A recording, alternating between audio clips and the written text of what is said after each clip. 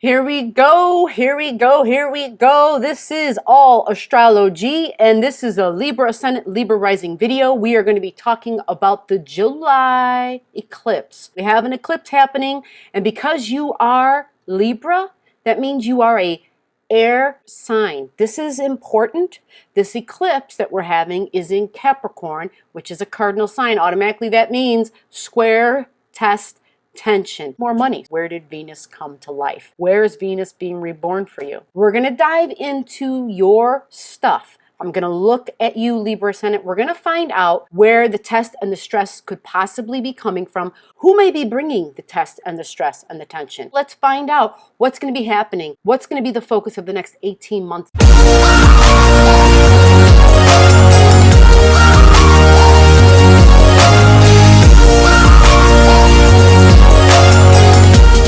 Now we're going to go into the Libran qualities. Okay, so but before we go there, before we do that, we've got to talk about this great person that's showing up here in the video, Chattin with K. Chattin with K, check her out. I will put some details below. I'll attach a link below for her. Check out her channel, show her some love. Tell her All Astrology sent you, All Astrology, that we can create unity within this community, trying to share with each other the love and support and the unity to create a global community, which we know will then express, which will reflect out into the world. And so we're starting it here. We're saying, hey, we're going to do this. We're very different. I'm astrology. She's chatting and snacking while she's chatting. She's talking about everyday life, seemingly just typical things, right? Not all that big stuff, but at times, very big things. There have been very, very deep topics on her show, but she does it in a very light way. She has a good time. She's very fun. She's very energetic. Got her own struggles and tribulations, which is why it's beautiful watching her, because she's very inspirational. If Chattin with Kay can do it, so can I. She will love it, and she will love you back. So now let's move on to you, Libra Ascendant, Libra Rising. Okay, so the eclipse is going to happen in your 4th house. All right. Now, if the eclipse happens in your 4th house, eclipses mean change. All right, I have a video already out about the eclipse and the details of it, but happening in your house, and if it means change, there's something that you're willing to let go. Now recognize that when it's in this Capricorn energy, it's a full moon eclipse, but typically full moons are an ending to something. Does this mean you're losing your home? Does this mean that you're going to be letting go of material, tangible things that give you emotional security? They give you a sense of safety. Because typically, if you're a Libra Ascendant, Libra Rising, having Capricorn energy in your 4th house, typically Librans can be very sentimental about things. And so they have things that they've had since they were very young, because they've become emotionally attached to these things. They're physical objects that become very sentimental. And they take good care of them. It's like, but I've had this forever. I want to keep this with me. It means something. It becomes part of their family. Capricorn energy is 3D. It's tangible. It's material. That means when you have something of value, you value it in such a way where you make it part of your family. You're like, oh, I treasure this because, yeah, it gives me emotional satisfaction. It gives me emotional stability. It gives me emotional security. It's like a security blanket without it being a blanket. Are you willing to let some of those things go? Understanding the eclipse is like 14 degrees Capricorn. Okay, see if you have something there. And you also want to see if you have something at the opposite end of that. Remember, energy runs along a beam. Okay, it's a polarity. It's not just a significant, only on this spot. It runs along, it shoots a beam across. And so for you then, if this is happening in your 4th house, that means it shoots a beam off up to your 10th house as well. So this could be this is fascinating, right? Like change. But a release in the home, a letting go of something in the home. It could be something material and tangible, or it could be literally the home itself. It really has a lot to do with whether you have something at that degree. Because somebody had just once asked me recently, if I have a bunch of planets in this one spot, if I have stuff that matches that degree, what does it mean? It means you have compounded energy. It means there's this on top of this, on top of this, on top of this. So it's condensed. And each new layer of energy adds to the potency of what's going on in that house or at that location or at that degree.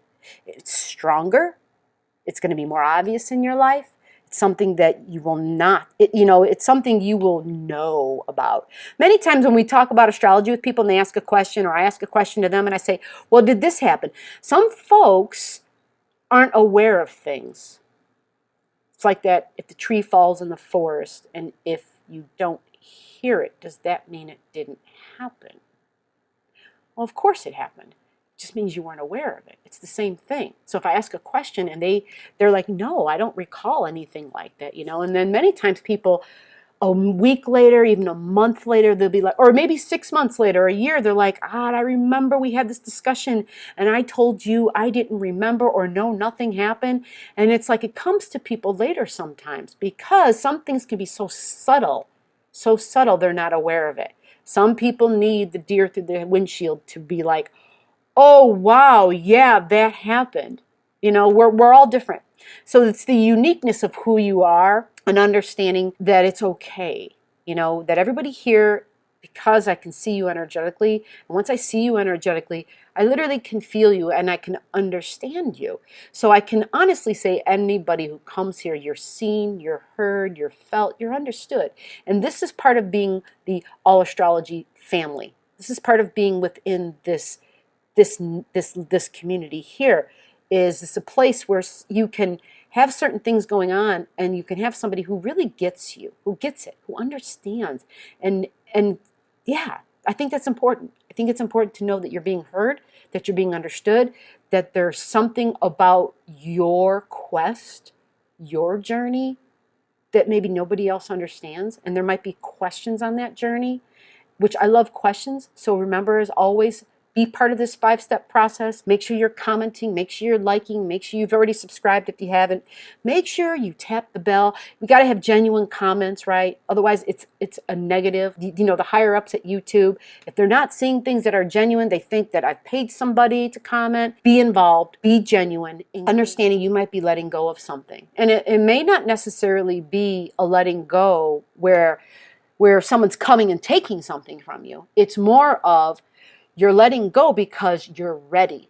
A full moon shines a light, and that's what this eclipse is. This is a full moon eclipse, right? When it shines down on us, by the way, it's July 4th/5th. I don't know if I said that. I'm sorry, because I've already covered that in the other video. And the full moon will shine a light on something. It could be days before, it could be days after. It depends if you have planets there.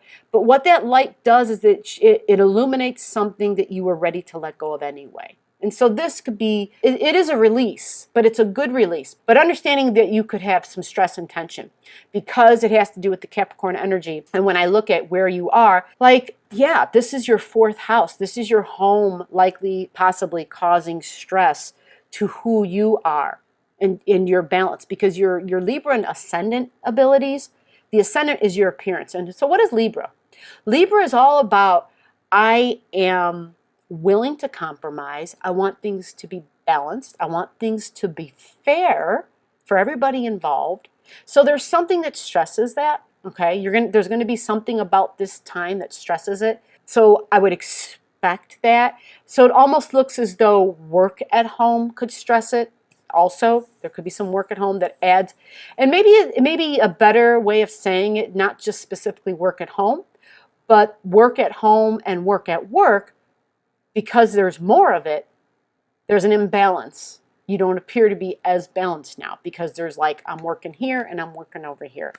Now, more work means more money. So let's get to the last part of this thing for you, which is, where did Venus come to life? Where is Venus being reborn for you? The rebirth of Venus for you is happening Gemini energy. Okay, so your Gemini energy is your 9th house, and your 9th house is about long distance journey. So it is traveling, it is foreigners, it is foreign languages, it is your belief systems, beliefs that you've had. It has to do with freedom too. Our beliefs about freedom, our beliefs about religion, our beliefs about just philosophy on life in general. Belief is a big thing. Spirituality, religion. This could be that you're teaching. This could be that you receive a teacher in your life. Because Venus, whenever Venus comes to life in someone's chart, typically Venus brings gifts. And so this is nice. So remember, the 9th house is also publishing. So there could be something that goes on here where there's teaching, there's publishing, there's these abilities to reach out and touch others' lives with your wisdom. That's the ninth house, wisdom. Ninth house is also the future. So your beliefs about your future. I mean, when I talk about these things, there's a plethora of ways that the energy can express, okay? Because you have free will. And so to be more specific and to be really pinpointed and accurate for you in your own chart, well, I would have to be looking at your own chart. So when we talk about teachers possibly involved, these are people who have higher knowledge than you, people who appear to be wiser than you. So there could be some learning that goes on for you, but then you also then can become the teacher. So I like what this is doing for you. And I also want to make a quick mention about Mercury for you. Mercury is going to be done with the retrograde by the 12th of this month. July 12th, Mercury's done with the retrograde. And so Mercury's retrograde ends in your 10th house. This is really good because when we have Mercury going retrograde, this is what happens. I'm showing you my head. Mercury retrograde is miscommunications because we're getting information, we're rethinking things, we're seeing things about somebody that we considered family, something that gave us emotional security and satisfaction, a female individual. It has to do with all about family and my feelings and my emotions. But we get clarity once that retrograde's over. So anytime a planet retrogrades, it appears to be going backwards. And what it's doing is it's allowing us to go within and to think some more about something. I like to look at it like a rerun. It's like, you know how you've seen a movie before, and then when you watch it a second time or you reread a book a second time, you catch nuggets of knowledge you didn't catch the first time? This is what retrogrades are in general. So Mercury retrograde, any retrograde, is a really good opportunity for more growth because it's an opportunity to get more knowledge, to get more information. And anytime we take something in, as long as we do something with it, we're going to grow, we're going to expand, we're going to progress, we're going to elevate. And this is really what we want, okay? So this is in your 10th house. Cha! This is a big deal because you're already doing a lot of that. You're working at home, you're working at work, you're growing in terms of work because now you've got an element of your emotional satisfaction and finding out what it is you need for emotional security involved with your highest ambitions in the world because this is your 10th house placement. Okay, so Mercury being done there, there's going to be like this feminine, divine mother energy that comes in that assists in healing old wounds, old mother wounds, that helps you to elevate and escalate and go forward in your ambitions. It helps you to go forward in where you want to show up in the world and how you want to show up in the world. It has to do with divine feminine energies. It has to do with your emotions, with your feelings. Definitely feminine energies, feminine issues, being a mom, just all mother things coming in big time. Now the moon, this is fascinating because the moon, when this eclipse occurs, the moon and the eclipse themselves are like at this 13-14 degree. Well, this 13-14 degree mark is where the divine feminine energy sits in your 4th house. So the divine feminine energy in your 4th house shoots energy across up into your 10th house. And so when this happens, you've got the divine feminine sitting up there. I want you to pay attention. I want you to pay attention to see what were the downloads you got, to find out what did the divine mother goddess energy bring forward to you. What did you connect to? This is family lineage, heritage. This is our ancestry. This is past life. This is possibly childhood. This is a nice time where we're going to release, we're going to let go, and this divine feminine energy is going to help us to see the next correct step.